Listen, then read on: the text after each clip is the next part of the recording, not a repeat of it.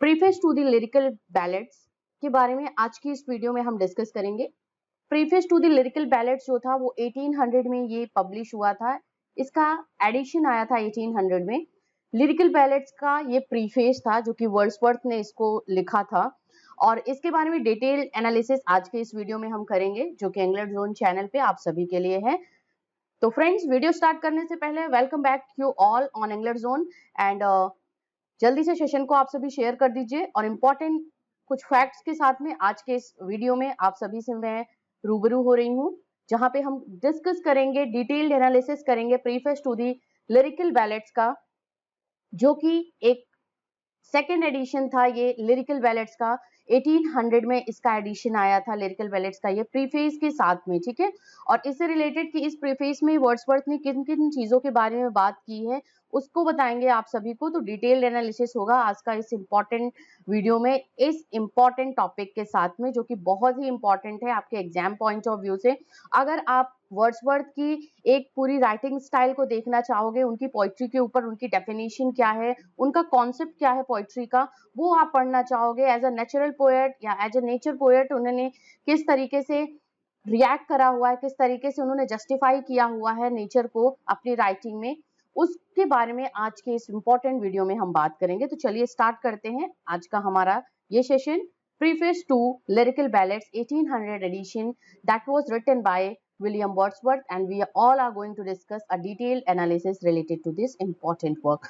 तो फ्रेंड्स, सबसे पहले हम preface to the lyrical ballads का पहले कंपोजिशन, इसका पब्लिकेशन, ये सब समझ लेते हैं, उसके बाद इसके बारे में हम बात करेंगे। The preface to lyrical ballads is an essay composed by William Wordsworth for the second edition, जो कि ये पब्लिश हुआ था 1801 में, लेकिन इसको 1800 एडिशन रेफर किया जाता है, जो कि लिरिकल बैलेट्स का सेकंड एडिशन था। प्रीफेस वर्ड के साथ में आया हुआ था, मींस एक तरीके की प्रस्तावना थी लिरिकल बैलेट्स को। लिरिकल बैलेट्स क्या है, इससे रिलेटेड किस तरीके की बात की है वर्ड्सवर्थ ने, वो सब कुछ अपने प्रीफेस में उन्होंने बताने की कोशिश की है।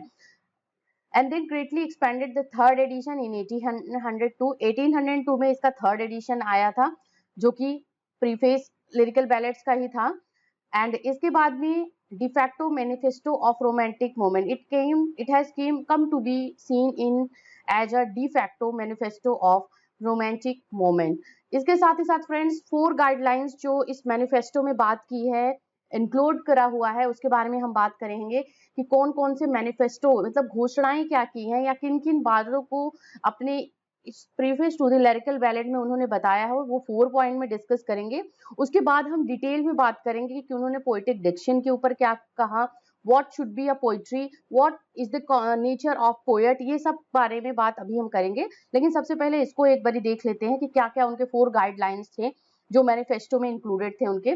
The first one is ordinary life. देखिए, मैंने अगर इस मैनिफेस्टो की बात करें तो इसको क्या बोलते हैं, ऑर्डिनरी लाइफ, इसके बारे में बताया गया है। सबसे पहला जो था, is the best subject for poetry. देखिए, पोएट्री के लिए वर्ड्सवर्थ का कॉन्सेप्ट बिल्कुल अलग था, लाइक ऑल अदर पोएट्स, की पोएट्री एक जो होनी चाहिए, आर्टिफिशियलिटी होनी चाहिए, इमेजिनेशन होना चाहिए।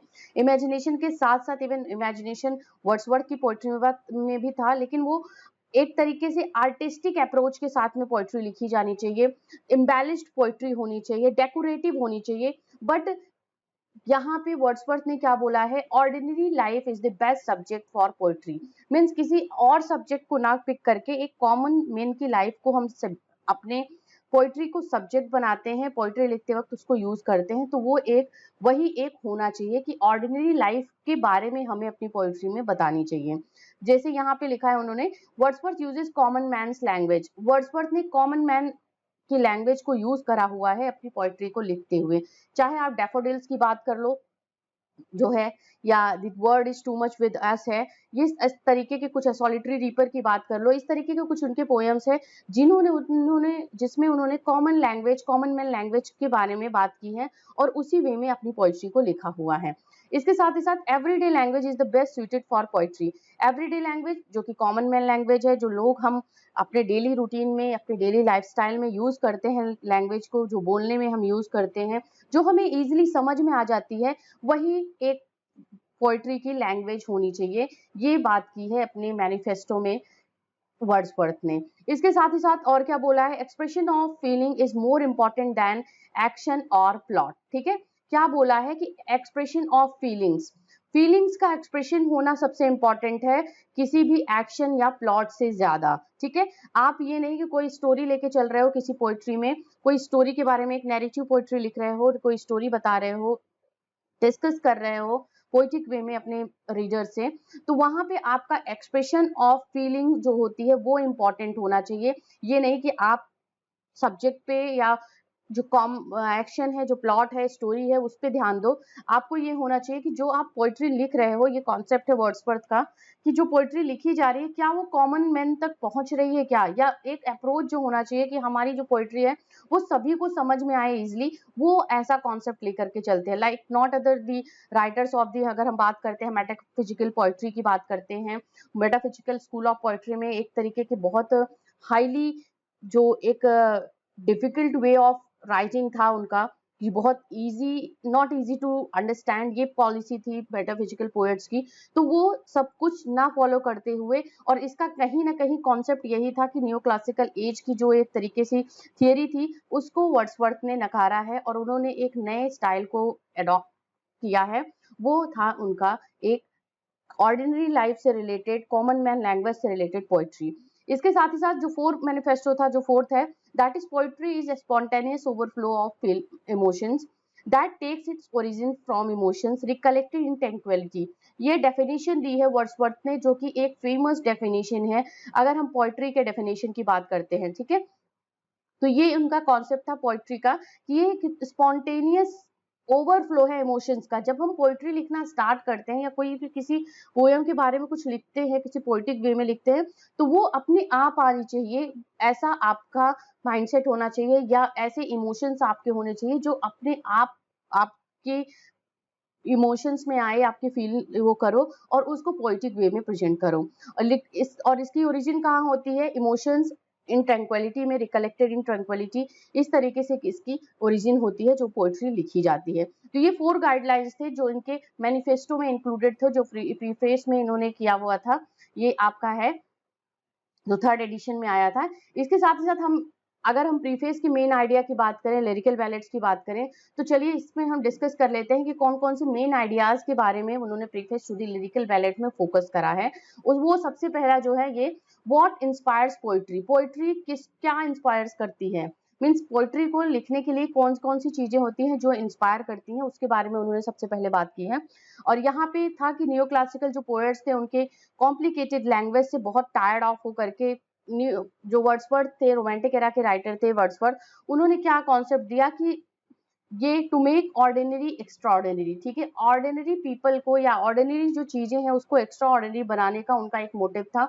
उन्होंने ये कॉन्सेप्ट फॉलो किया, ना कि न्यू क्लासिकल पोएट्स की तरह पे एक एलिवेटेड जो टॉपिक होता था, कॉम्प्लिकेटेड लैंग्वेजेस होते थे, उसको फॉलो नहीं किया हुआ है। उनका क्या था कि एक ऑर्डिनरी चीज को हम पिक करते हैं और उसी को एक्स्ट्रा ऑर्डिनरी वे में प्रेजेंट करते हैं, क्योंकि ये पोएट का एक स्किल होता है किसी भी ऑर्डिनरी चीज को एक्स्ट्रा ऑर्डिनरी वे में प्रेजेंट करना।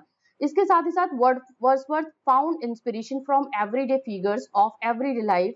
Wordsworth poetry flows to admire the simple beauty that exist in daily life. ये था कॉन्सेप्ट वर्ड्सवर्थ की पोइट्री का, कि आप इनकी पोइट्री में देखोगे कि डेली जो लाइफ से रिलेटेड जो सिंपल ब्यूटी है उसको उन्होंने एडमायर किया है अपनी पोइट्री में। चाहे किसी भी पोयम की इनको देखो, जैसे इनका है टिंटन एबे, जिसमें उन्होंने चाइल्डहुड के बारे में बात की है। इसके साथ ही साथ आपका है इंटीमेशन ऑफ इमॉर्टैलिटी, इसमें भी उन्होंने एक कॉमन जो एक सिंपल लाइफ से रिलेटेड जो टच है उनका, इमोशन है उसका, उसको फॉलो करते हुए अपनी पोइट्री को लिखा है। इसीलिए उन्होंने जो इंस्पिरेशन उनको मिली है वो everyday figure of everyday life से रिलेटेड इंस्पायर होकर के वर्ड्सवर्थ ने अपनी पोइट्री लिखी है। तो ये क्या है, ये इंस्पायर किया है इनको पोइट्री लिखने के लिए। What inspires poetry means poetry लिखने के लिए क्या क्या चीजें इंस्पायर करती हैं, ये इनका मेन आइडिया था प्रीफेस टू लिरिकल बैलेट्स में।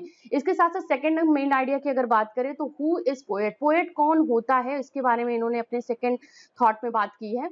अब इसके बारे में मैं आपको बताऊंगी क्या है उनका। A poet is simply a man speaking to man. ठीक है, कौन होता है पोएट, जो एक इंसान दूसरे इंसान से बात करता है, that is the way poet is. ये होता है पोएट की एक डेफिनेशन कि पोएट अपनी बात को, खुद की बात को दूसरे के सामने प्रेजेंट कर रहा है, तो वो क्या है, कन्वर्सेशन एक माध्यम है उसका, क्या वो है लैंग्वेज। ठीक है, तो एक बातचीत करने का जो है, एक दूसरे से बातचीत करने का, वही एक पोएट का है। सिंपली अगर उसकी बात करते हैं, a fellow human just like all of us trying to communicate his perception and experience of truth and beauty. However, the poet differs from regular people because of higher sensitivity to the happening around him and deeper connection with his own feelings, moods, emotions as they arise in response to these outer happenings. ठीक है, अब उन्होंने आगे क्या बोला है कि जो पोएट होते हैं, सिंपली वो क्या है, a man speaking to a man. ठीक है, लेकिन ये थोड़े से डिफर होते हैं रेगुलर पीपल से, जो यहाँ पे उन्होंने बात की है। किस वे में? क्योंकि जो आसपास चीजें उनकी हो रही होती हैं, वो उसके लिए बहुत ही ज्यादा सेंसिटिव होते हैं, like not like ordinary people, या जो सिंपल एक पर्सन है उसकी तरीके से नहीं होकर के वो थोड़े से उससे डिफर होते हैं।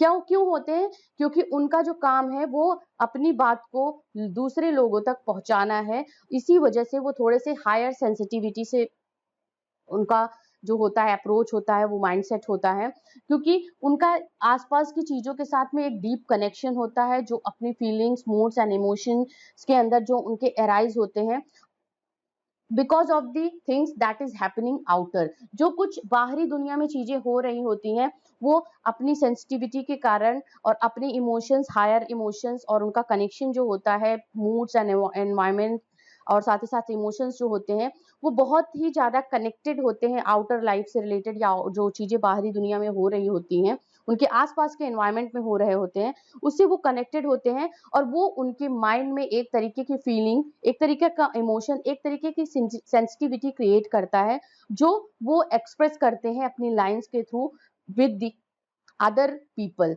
ठीक है, विद द अदर, जो उनके सामने है, जो उनके फ्रंट में है, उसके साथ में वो एक्सप्रेस करते हैं, वही पोएट बोला जाता है in the mind, in the language, in the idea of Wordsworth. Okay, तो यहाँ पे चीजें क्लियर हो गई होंगी, पोएट क्या होता है और क्या चीजें पोएट्री लिखने के लिए इंस्पायर करती हैं, इसके बारे में उन्होंने बताया है। अब आगे बात करेंगे हम, what is a poem. Poem क्या होती है, इस बारे में प्रीफेस में उन्होंने बात की है। Wordsworth famously defined poetry as a spontaneous overflow of powerful feelings which are recollected in tranquility. ये डेफिनेशन है जिसके बारे में उन्होंने अपने पोइट्री में या अपनी बताया है कि पोइट्री क्या होती है, पोएम क्या होती है। ये definition one of the best definition है।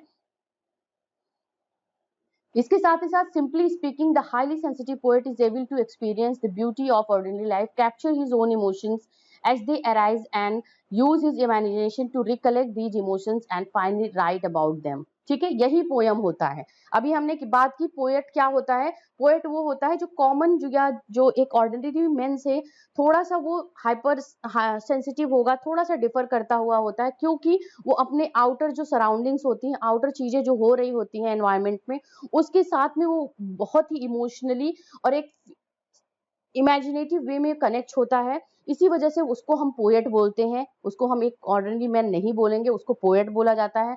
अब पोएम क्या होता है, वही और मैन जो है, जो सेंसिटिविटी से इंस्पायर्ड है, साथ ही साथ सेंसिटिविटी जो आउटर हैपनिंग्स हो रही हैं उससे इंस्पायर्ड है, उसके अंदर फीलिंग्स का एक तरीके से एक पैशन है, और वो अपनी चीजों को जो होता है वो बाहर की दुनिया की जो लाइफ होती है, जो ऑर्डिनरी लाइफ है, उसको एक्सपीरियंस करते हुए, उसके ब्यूटी को एक्सपीरियंस करता है, उसको कैप्चर करता है इमोशंस को उस तरीके से, और अपने इमेजिनेशन का यूज करते हुए इन इमोशंस को एक जगह इकट्ठा करता है, रिकलेक्ट करता है, और फिर क्या लिखता है, फाइनली राइट अबाउट देम, उसके बारे में वो लिखता है, और वही वो पोएम कहलाती है। ठीक है, तो यहाँ पे भी आपको चीजें क्लियर हो गई होंगी कि जब कॉमन जो ऑर्डिनरी लाइफ की चीजों को वो अपनी उसकी ब्यूटी को जब वो कैप्चर करता है, एक्सपीरियंस करता है, जो सेंसिटिविटी से सेंसिटिव पोएट होता है उसको कैप्चर करता है, उसके साथ ही साथ उसके अंदर इमेजिनेशन जो उसका यूज करता है, और उस इमोशन से रिलेटेड चीजों को रिकलेक्ट करके उसको इकट्ठा कंपाइल करके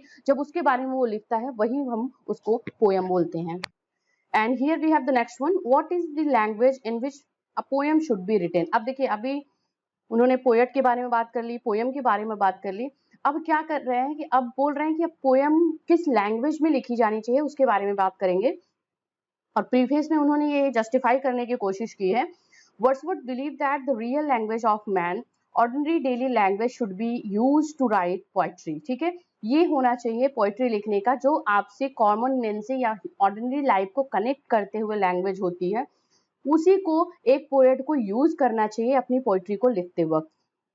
However, Wordsworth refined his common language to a purer form without losing the essence of its simplicity. Yes, क्योंकि किसी भी कॉमन लैंग्वेज की सबसे इंपॉर्टेंट चीज क्या होती है? सिंप्लिसिटी होती है, और उसी चीज को उन्होंने बिल्कुल भी उसके एसेंस को लूज नहीं किया हुआ है अपनी पोएट्री को लिखते हुए। इसीलिए उन्होंने बताया है कि वर्ड्सवर्थ ने जो बोला है कि कॉमन लैंग्वेज जो होती है वो प्योरर फॉर्म है उसका, इसकी सिंप्लिसिटी को ना लूज करना। Without losing its simplicity, it should be used while writing, while composing a poem, and this should be followed by every poet when they are going to write about any or when they are going to compose any poetry. तो ये language होनी चाहिए simplicity, real language of man, ordinary daily language से related poetry होनी चाहिए। क्योंकि poetry आप किसके लिए लिख रहे हो? कॉमन मैन के लिए लिख रहे हो, फॉर द एवरी पीपल लिख रहे हो, तो वो उनको समझ में आनी चाहिए कि हमारे द इगोटिस्टिकल सबलाइम, ये बहुत ही इंपॉर्टेंट है। अगर हम वर्ड्सवर्थ से रिलेटेड बात करेंगे, इगोटिस्टिकल सबलाइम इनको बोला जाता है। The egotistical sublime is a concept which simply means that poet's own subjective view of truth and beauty is extremely attached to his work. ये है कि उसका अपना ट्रुथ जो होता है, सब्जेक्टिव व्यू जो होता है पोएट का, एक जो ट्रुथ एंड ब्यूटी से रियली अटैच्ड होता है अपने वर्क के लिए, वो कॉन्सेप्ट होता है इगोटिस्टिकल सबलाइम, उसको बोलते हैं। इसके बारे में हम डिटेल में पढ़ेंगे अपने एक सेपरेट वीडियो में। इसके साथ ही साथ Wordsworth work are often said to example of egotistical sublime since his own experience of things is what he believes to be everyone's experience of things. ये है कि जो एक ट्रुथ है किसी चीज के लिए, किसी ब्यूटी है उस चीज का, उसको वर्ड्सवर्थ ने अपनी पोइट्री में अपने एक्सपीरियंस को उन्होंने उसमें डाला है और रियलिटी के साथ में उसको प्रेजेंट किया हुआ है। इसीलिए इनके वर्क्स को क्या बोला जाता है? एगोटिस्टिकल सबलाइम का एक बेस्ट एग्जाम्पल बोला जाता है, क्योंकि जो वर्ड्सवर्थ ने एक्सपीरियंस किया है और वही वो सोचते हैं, वही वो बिलीव करते हैं कि यही जो होता है, यही एक कॉमन मैन या जो लोग हैं, जो एवरीवन पीपल हैं, वो इसी चीज को, सेम चीज को इसी तरीके से एक्सपीरियंस कर रहे हैं जिस तरीके से मैं उस चीज को एक्सपीरियंस कर रहा हूँ। तो ये है उनका एगोटिस्टिकल सबलाइम जो कि पोएट्री से उनका रिलेटेड है। और इसके साथ ही साथ ये poetic what languages should used in poem should be written, ये पोएटिक डिक्शन हुआ उनका, जिसके बारे में हम बात करते हैं। पोएटिक डिक्शन किससे रिलेटेड होता है? कि पोएटिक डिक्शन का मतलब होता है कि कौन से कॉमन लैंग्वेज को यूज करते हुए जब पोएट्री लिखी जाती है, और ये कॉन्सेप्ट किसने दिया है? वर्ड्सवर्थ ने दिया हुआ है। तो ये पोएटिक डिक्शन जो जिसको हम बोलेंगे what is the language in which a real poem should be written, that is called poetic diction, because language of common men and ordinary daily language should be used writing a poetry. और what is poem के बारे में हमने बात की, what a poem is and what is a poet, what inspires poetry, इन सब के बारे में वर्ड्सवर्थ ने अपने प्रीफेस में एक तरीके से जस्टिफाई करने की कोशिश की है कि yes, using common language and using the common people's life in poetry, using the truthness and the beauty of the surroundings is the real thing that a poet should use in their poetry or in his poetry. That is the main concept given by Wordsworth in his preface to the lyrical ballads. तो ये था हमारा आज का video class, जो ये important था आप सभी एस्पिरेंट्स के लिए, preface to the lyrical ballad से रिलेटेड कि क्या कॉन्सेप्ट दिया है, कौन सा प्रीफेस प्रस्तावना में लिरिकल बैलेट्स के 1800 एडिशन में उन्होंने क्या बात की है, किस चीज को जस्टिफाई करने की कोशिश की है, उनका पोएटिक डिक्शन क्या था, सबलाइम उनका एगोटिस्टिकल सबलाइम क्या था, और पोयम क्या थी, पोएट पे उनका कॉन्सेप्ट क्या था, पोएट्री पे कॉन्सेप्ट क्या था, इस तरीके के बारे में उन्होंने अपने इस प्रीफेस में बताने की कोशिश की है, जिसको इस क्लास के थ्रू मैंने आपको जस्ट एक्सप्लेन करने की कोशिश की है। और क्लास कैसी लगी आपको प्लीज मुझे इन्फॉर्म करिएगा। इसके साथ ही साथ बने रहिए चैनल पे साथ में, और वीडियो सेक्शन में जरूर वॉच आउट कर लीजिएगा, इंपॉर्टेंट वीडियोस अवेलेबल हैं वहाँ पे। प्रीलूड से रिलेटेड हमने क्लास ऑलरेडी कर ली है, कवर कर ली है। लिरिकल बैलेट से रिलेटेड ऑलरेडी क्लास हमारी हो चुकी है, तो वो सब वीडियो आप वॉच आउट कर लीजिएगा इसी सेम चैनल इंग्लिश जोन पे। Till then keep watching English literature related videos on English Zone, and thank you very much for watching this.